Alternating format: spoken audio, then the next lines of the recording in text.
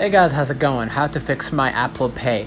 So first of all, go ahead to your browser, and basically if you're check that you are able to use Apple Pay, contact your card issuer if they support Apple Pay, update to the latest version of iOS, Watch iOS, Mac OS or Vision OS, and then confirm that you have Face ID, Touch ID, Optic ID or passcode set on your device. Make sure that you're in a supported country or region for Apple Pay.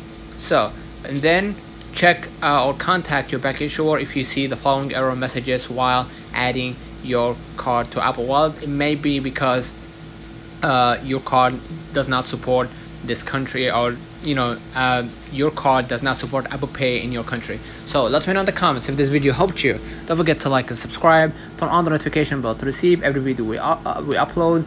Thank you for watching. See you in the next one.